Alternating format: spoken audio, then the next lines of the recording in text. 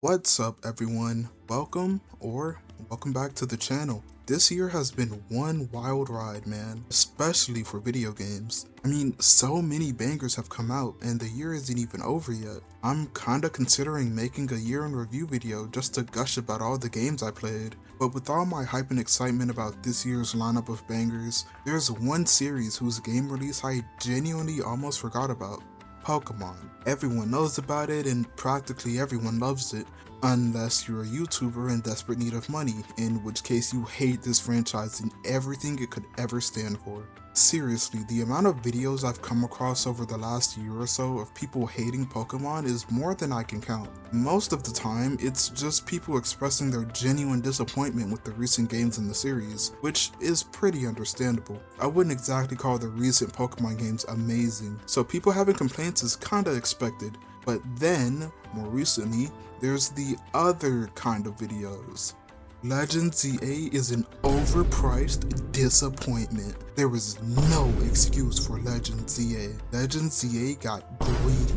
It backfired instantly. Nintendo got humiliated. Legend ZA is a disaster. Man, what did he do to make them niggas that mad?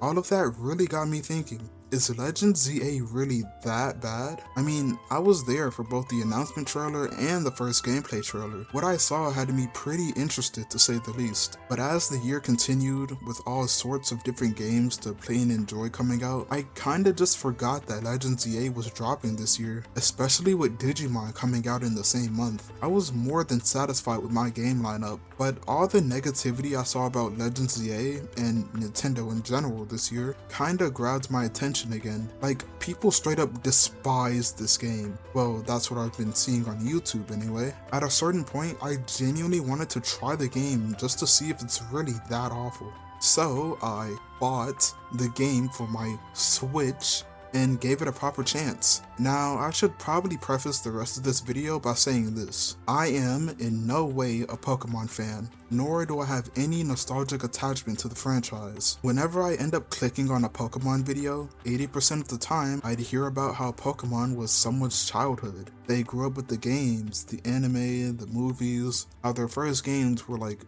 the original Red and Blue, or usually Diamond and Pearl. But that ain't the case for me. I was a Yokai Watch kid through and through. I played those games before I was even aware of what Pokemon was. In fact, my first Pokemon games were Sword and Shield. All the discourse surrounding that game, and the franchise in general at the time, just went completely over my head. My friends bought the game, so I did too. I mean, I was 12 and had a Switch. What did you expect? I did the same with Legends Arceus and Scarlet and Violet, although Sword and Shield were the only games I actually beat, aside from Sun and Moon, which I played years later when I modded my 3DS. I tried going back to play the older games too, but I never got very far in any of them. Anyways, I mentioned all that because I thought not being much of a Pokemon guy would give me an opportunity to talk about Legends ZA from a different perspective, not as a lifelong fan or a scorned hater who stopped caring about the series. I'm just some guy that likes video games, and as such, I feel that it's not too crazy for me to say that Legends ZA is the best Pokemon game I've ever played.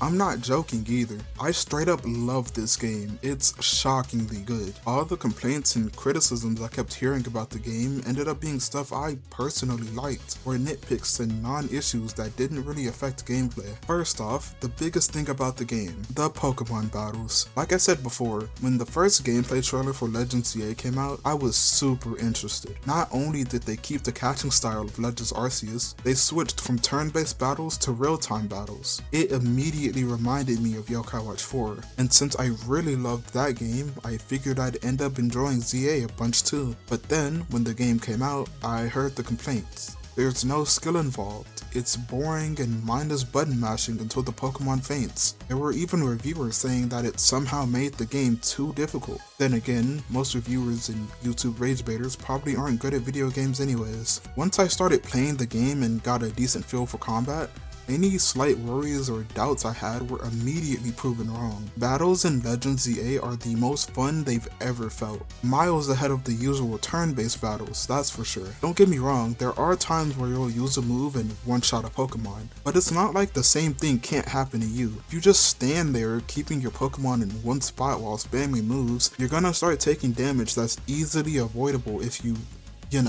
move around. The game wants you to move and have your Pokemon dodge attacks so you can hit back as they miss. I'll admit, in the early stages of the game, battles can get kinda easy.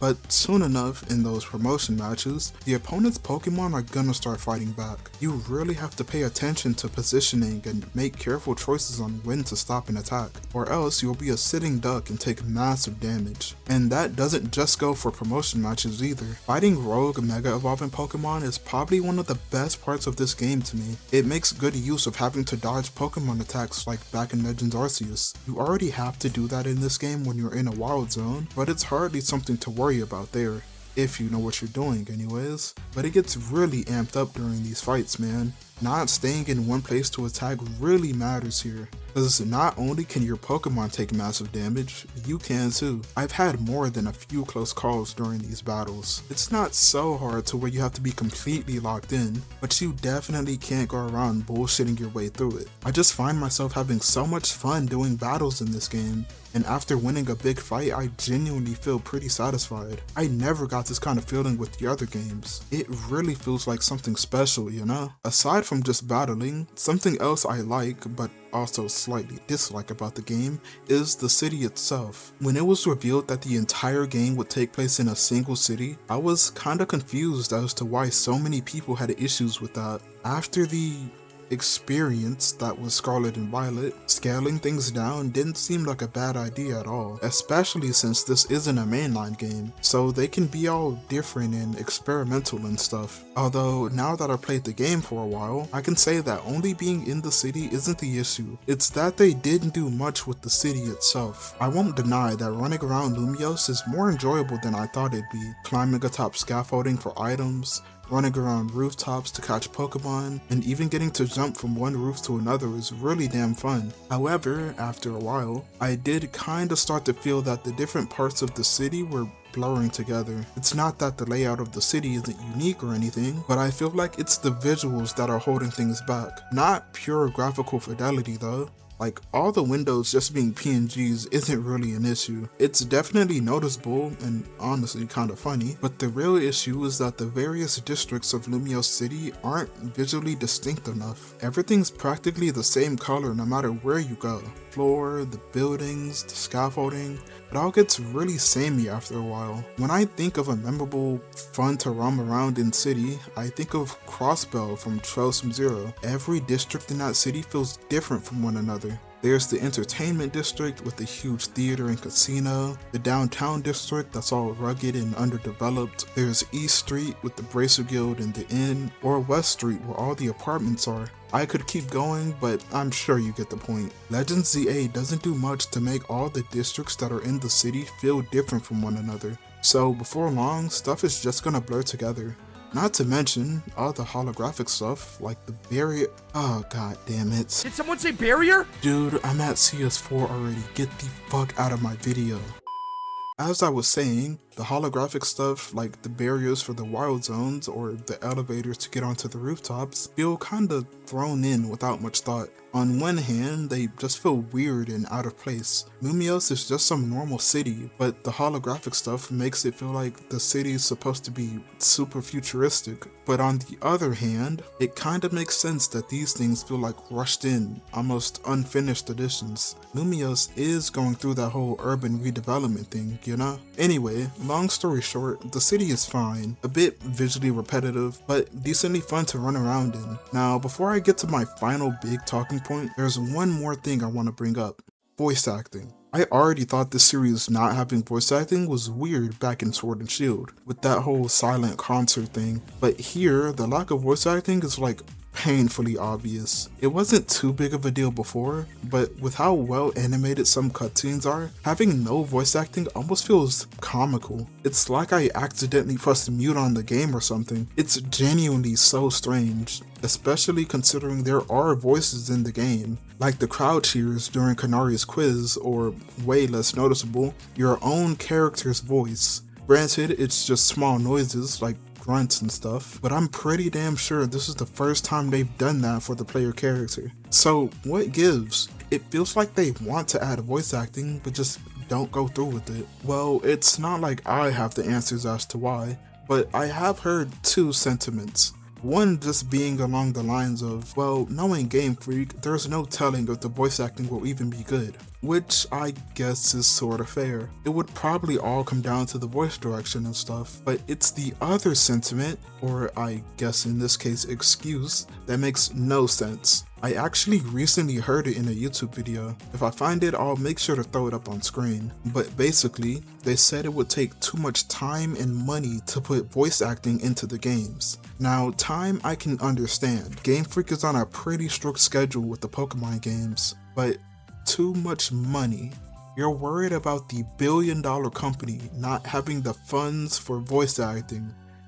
Sure man, whatever you say. Anyways, no voice acting didn't make me not enjoy the game, but it was more noticeable here than with any of the games I played before. With that, I'm on to the last thing I want to talk about. And no, it's not the story. I haven't finished the game at the time of making the script. Right now, I just got to rank D, and Urbane somehow just put us in debt. When I beat the game, and if the story ends up moving me, I might make a separate video talking about it, although I kinda doubt that's gonna happen. I mean, it's Pokemon. Who the hell plays these games for the story? My final talking point is on Legends ZA's visuals. When the game first got shown off, I was actually kinda put off by the graphics. For whatever reason, I kinda let the internet gaslight me into thinking this game would look completely different and not just build off of Scarlet and Violet's art style. Throughout the whole release cycle, I felt that the game just looked fine, you know? Not a mind-blowing upgrade, but at the same time, it thankfully didn't look exactly like the previous game. And once I was able to have ZA on my own screen and play it for myself, I ended up kinda enjoying the game's look. Something about it is just really pleasing to the eye. At least to me anyway. The Pokemon look fine enough, but shockingly the real highlight of the game's art style are the human characters. Not only are they just fun people to interact with, they feel super expressive and just straight up likable. I can't really tell if this is just recency bias or something, but so far I like the characters of ZA way more than the characters from previous games. I mean, for one, Kanari is way cooler than whatever Iono had going on, and I enjoy having a proper friend group like Team MZ way more than just getting another rival. Granted, it's not like I have much to compare this game to, considering I've only properly played the games from Gen 7 to 9, but either way, this game has some fire characters so far. I'm honestly really excited to see who else I end up meeting. And yeah, that's pretty much all I had to say. I'm genuinely kinda shocked at how much I've been enjoying my time with Legends ZA so far. I was kinda expecting to get bored and drop the game like I did with most of the other older games, but I found myself having way too much fun to stop. Looking back, almost 90% of the discourse and negativity surrounding the game almost feels straight up forced. The game isn't perfect, far from it, and the issues aren't exactly small either, but that doesn't stop me from enjoying the game. When I said this was the best Pokemon game I've ever played, I really meant it. If future games end up being anything like Legends ZA, I genuinely might end up being a proper Pokemon fan. Anyways, that's all for me. If you enjoyed the video, consider subscribing to stay posted about future uploads. Alright, thanks for watching. I'll see you next time.